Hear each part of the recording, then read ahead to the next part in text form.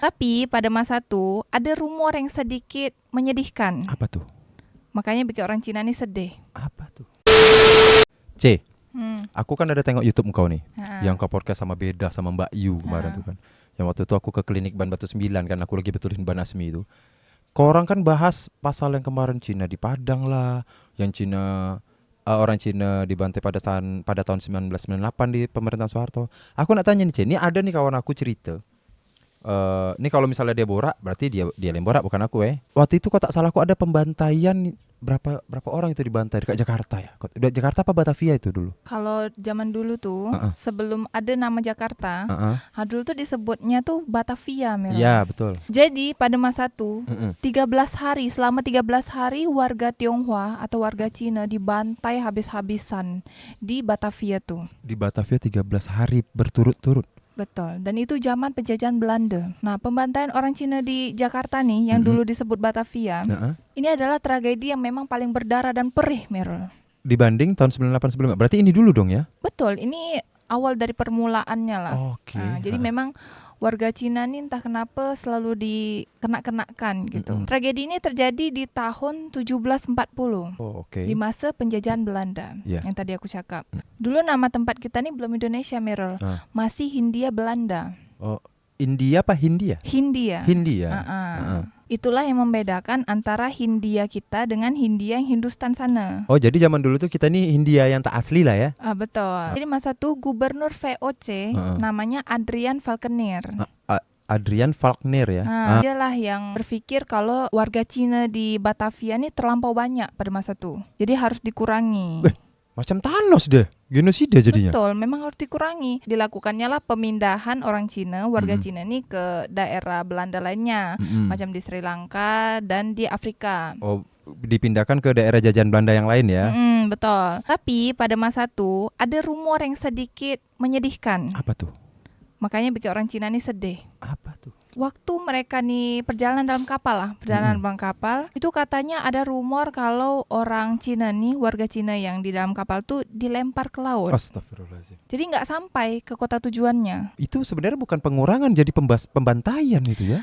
Pengurangan itu tuh cuman kayak kata-kata bagusnya aja. Formalitas saja. Betul. Berarti bukan mengurangi warga Cina yang ada di Batavia, tapi mengurangi warga Cina yang ada di dunia jatuh-jatuhnya. Jadi selama 13 hari itulah pembantaian mulai. Nah, setelah ada rumor itu, warga Cina nih dengar.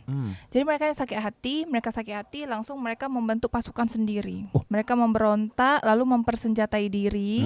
Akhirnya mereka diam-diam menyusup dan membantai hampir 50 orang tentara Belanda. Oh, di Batavia ya? Betul. Lalu selepas tuh si gubernur tadi tuh Adrian Falconer itu. Untuk engkau tahu aja Adrian nih dulu tuh dia dijuluki dengan nama si pembantai. Sebab memang rumor dia nih suka membantai banyak orang, Merel. Oh, berarti bertangan dingin itu ya. Tapi aku tak nak bahas si Adrian nih lah, aku nak bahas warga Cina nih.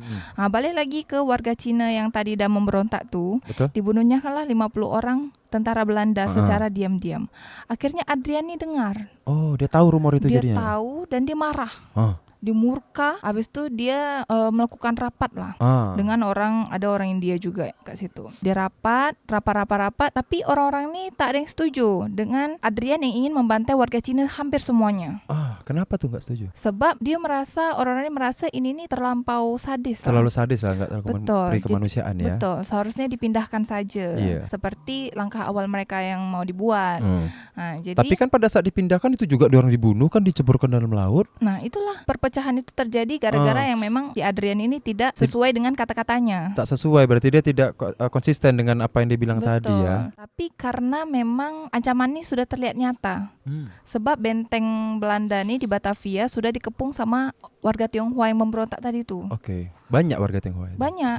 Jadi makanya ya udah nggak apa-apa lah, kita basmi aja. Akhirnya si Adrian nih menggerakkan 1.800 tentara Belanda. 1.800 tentara Belanda untuk memerangi si warga Tionghoa yang memberontak tadi itu ya. Betul. Mendengar hal ini, warga Tionghoa pun beraliansi, dia mencari kawan lah.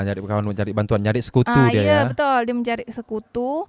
Orang Tangerang dan Bekasi juga ikut berkelompok bersekutu dengan warga Tionghoa. Akhirnya peranglah mereka pada masa itu, dan ternyata sampai menghabisi 1.700-an orang lah warga Tionghoa meninggal pada masa itu. Ternyata ada rumor lagi yang membuat warga Tionghoa ini terpecah belah dengan warga pribumi pada masa itu. Apalagi? Saking sakit hatinya warga Cina nih, mereka sampai memerkosa wanita-wanita pribumi. Wah, jadi kayak gitu.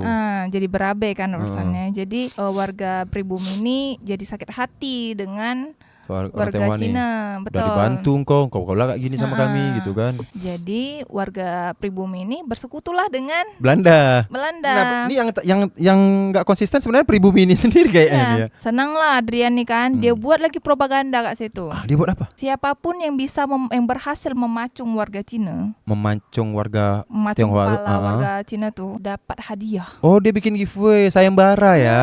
Dapat hadiah. Oh, berarti dia memancing seluruh warga, entah itu warga pribumi ataupun siapapun, untuk membasmi orang Cina itu lagi ya. Keesokan harinya, Adrian pun menggerakkan lagi tentara Belanda dia untuk membunuh semua warga Cina. Jadi sekali ini dia sudah tekad, dia mau menyapu ratakan aja Cina. Tak peduli lagi apa kata orang ya. Sebab pribumi pun udah bersekutu dengan dia kan. Jadi dia sampai membunuh wanita, pria, anak-anak, lansia yang di rumah sakit. Warga Cina yang lagi berobat pun dibantai juga dengan dia. Dengan cara disembelih, ditusuknya, banyak lah macam-macam. Ada yang dibakar hidup-hidup juga ada. Itu antara dibantai atau disiksa ya. Maksudnya biar dibantai matikan aja lah sekali gitu, nggak usah sampai disiksa kayak gitu, kasihan. Betul. Yang awal mulanya hanya karena warga Cina terlampau banyak.